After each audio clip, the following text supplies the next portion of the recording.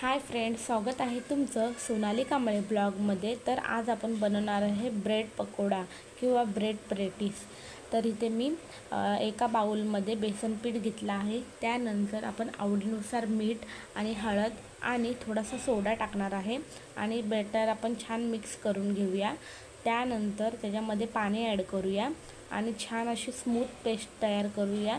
बेसनाच्या गाठी नाही होऊन द्यायच्यात आपल्याला, त्यामुळे आपण छान असं मिक्स करूया, एकही गाठी नाही होऊन द्यायच्या।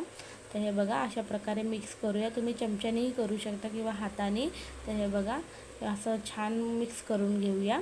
तर इथं बॅटर आपलं रेडी आहे। याच्यावर झाकण ठेवून आपण पुढची तयारी करूया।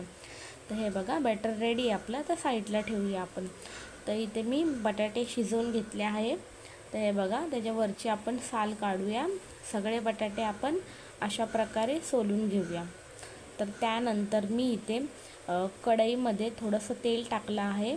त्यानंतर त्याच्यामध्ये मिरची, वाटलेली मिरची ॲड केली आहे आणि त्यानंतर त्याच्यामध्ये अद्रक लसणाची पेस्ट मी ॲड केली आहे। तुम्ही तिन्ही एकदम वाटू शकता, मी वेगवेगळी वाटली आहे। तर हे बघा छान मिक्स करून झाले आपलं। त्यानंतर इथे मी बटाटा सोलून त्याला मॅश करून घेतला आहे। तर बटाटा ॲड करूया आपण, त्यालाही छान आपण 2 मिनटं असं मिक्स करून घेऊया।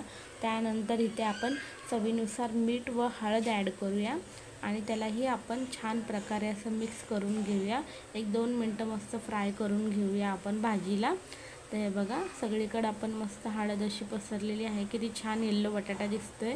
त्यानंतर त्याच्यामध्ये आपण कोथिंबीर ॲड करूया आणि त्यालाही मस्तपैकी हलवून घेऊया। तर इथे बघा आपली भाजी आता रेडी आहे, किती सुंदर असा कलर आलेला आहे भाजीला। तर आता आपण ब्रेड घेऊया। तर मी इथे एक ब्रेड घेतला आहे, त्याला आपण भाजी लावून घेऊया। तुम्ही ह्याच्यावरती सॉस लावू शकता, त्यानंतर भाजी ॲड करू शकता।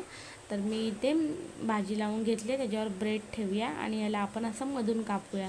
हे बघा असं केल्याने आपले एकासोबत 2 पकोडे तयार होतात। तर अशा प्रकारे मी करून घेतला आहे। तर दुसराही सेम मी तसंच रेडी केला आहे, त्यालाही आपण मधून असं कापून घेऊया। तुम्ही एकाचे 4ही भाग करू शकता। तर मी इथे 2 भाग केलेले आहे। तर हे बघा अशा प्रकारे आपण सगळे रेडी करून घेतले आहे। तर हे बघा बेसन छान आपलं फुगलेलं आहे। त्याच्यामध्ये आपण छान असं डिप करून सगळीकडे लावून तेलामध्ये फ्राय करायला ठेवूया। तर हे बघा पकोडा तेलात टाकला आहे, वन साईडून छान असा भाजून झाला की मस्त आपण त्याला पलटी करूया। हे बघा किती छान असा कलर आलेला आहे त्याला, मस्त असे येल्लो येल्लो पकोडे आपले दिसत आहेत। तर हे बघा छान प्रकारे मस्त भाजून घेऊया। तर पकोडे झाले आहेत आपले। आता आपण छान तेल नितळून असे काढून घेऊया, मस्त असे सुकून ठेवूया, त्याच्यामुळे तेल सगळं बाहेर निघेल व पकोडे अगदी सुट्टी रोटी ऑइली नाही होणार। तर हे बघा मी काढून घेतले आहे। तर दुसरे पण आपण अशाच प्रकारे तळून घेऊया। तर हे मी टाकून झालेत। त्यानंतर पकोडे आपले आता रेडी आहे। तुम्ही हे ग्रीन चटणी किंवा सॉस बरोबरही खाऊ शकता। व्हिडिओ आवडला असेल तर